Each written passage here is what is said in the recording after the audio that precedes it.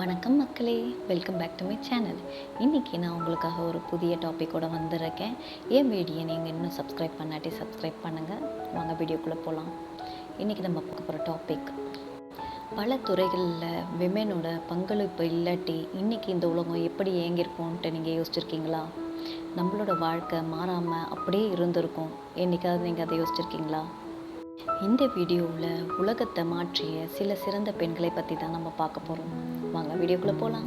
இன்றைக்கி நம்ம பார்க்க போகிறது நம்மளை இன்ஸ்பயர் பண்ண women and on women empowerment தான் பார்க்க போகிறோம். வாங்க பார்க்கலாம். வரலாற்றில் முக்கியத்துவம் பெற்ற முதல் பெண் மேரி கியூரி.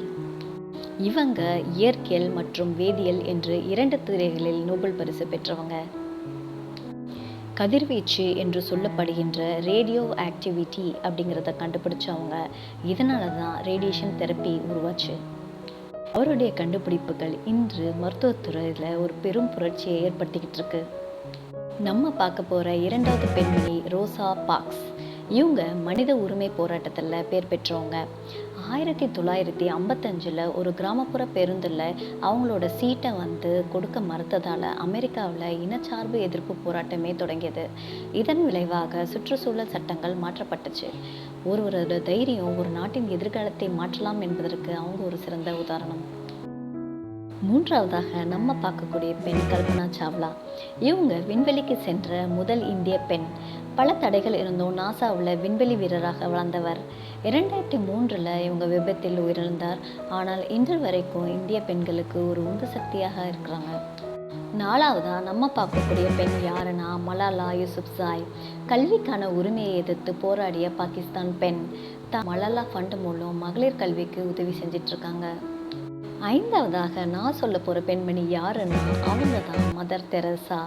இந்தியாவில் ஏழை நோயாளிகளுக்கும் ஆதரவற்றவருக்கும் சேவை செஞ்சவங்க. மிஷனரிஸ் ஆஃப் சேரிட்டி அமைப்பை துவங்கியவங்க.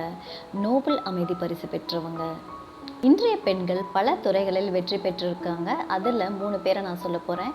முதலாவது செரீனா வில்லியம்ஸ். இவங்க விளையாட்டுலேயும் பெண்கள் மேம்பாட்டுலேயும் வெற்றி அடைஞ்சிருக்காங்க.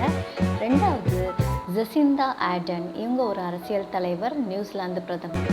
3வது கிரீட்டா தன்பர்க். இவங்க சுற்றுச்சூழல் பாதுகாப்பில் புகழ் பெற்றவங்க. நம்ம மற்ற நாட்டில் சாதித்த பெண்லாம் பார்த்துட்டோம்.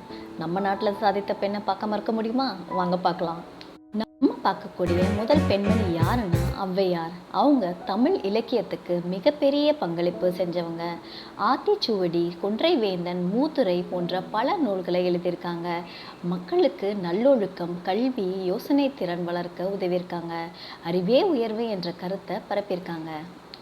2வதாக நம்ம பார்க்கக்கூடிய பெண் யாருன்னா எம்எஸ் சுப்புலட்சுமி அவர்கள்.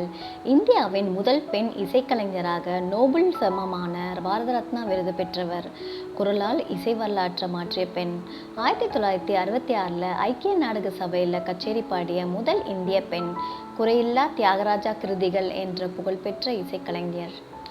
3வதாக நம்ம பார்க்கக்கூடிய பெண் யாருன்னா இந்திரா காந்தி அவர்கள். இந்தியாவின் முதன்மை அரசியல் தலைவி.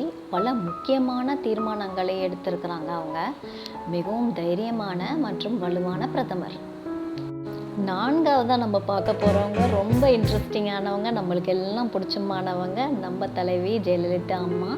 அவங்க அம்மா உணவகம், பெண்களுக்கான இலவச லேப்டாப், வாகன உதவித்தொகை போன்ற பல திட்டங்களை கொண்டு வந்தவங்க. தமிழ்நாட்டின் முதல்வராக 6 முறை பதவியேற்றிருக்காங்க. அரசியல் மட்டும் இல்லாமல் திரைப்படத்துறையிலும் ரொம்ப பிரபலமானவங்க. மக்களுக்காக வாழ வேண்டும், மக்களுக்காக செயல்பட வேண்டும் என்று கொள்கை கொண்டவங்க. நம்ம பார்த்த இந்த வரலாற்று சிறப்புமிக்க பெண்கள் இன்று நாம் பார்க்கும் உலகத்தை மாற்றியிருக்கிறாங்க. தமிழ் மொழி, இசை, அரசியல் மற்றும் சமூக சேவையில் அவங்க தங்கள் தடத்தை விட்டு சென்றிருக்காங்க. இதன் மூலமாக நம்ம கற்றுக்கிறது என்னன்னா, பெண்களால் முடியாததுன்னு எதுவுமே இல்லை. Chase your dreams. உங்கள் கனவுகளை நோக்கி பயணம் செய்யுங்க. அது கண்டிப்பாக ஒரு நாள் நிறைவாகும். இந்த பெண்களில் உங்களை மிக அதிகமாக ஈர்த்தவங்க யாருன்னு கமெண்ட் பண்ணுங்கள். மீண்டும் அடுத்த வீடியோவில் சந்திக்கிறேன். அதுவரை நன்றி, வணக்கம். தேங்க்ஸ் ஃபார் வாட்சிங்.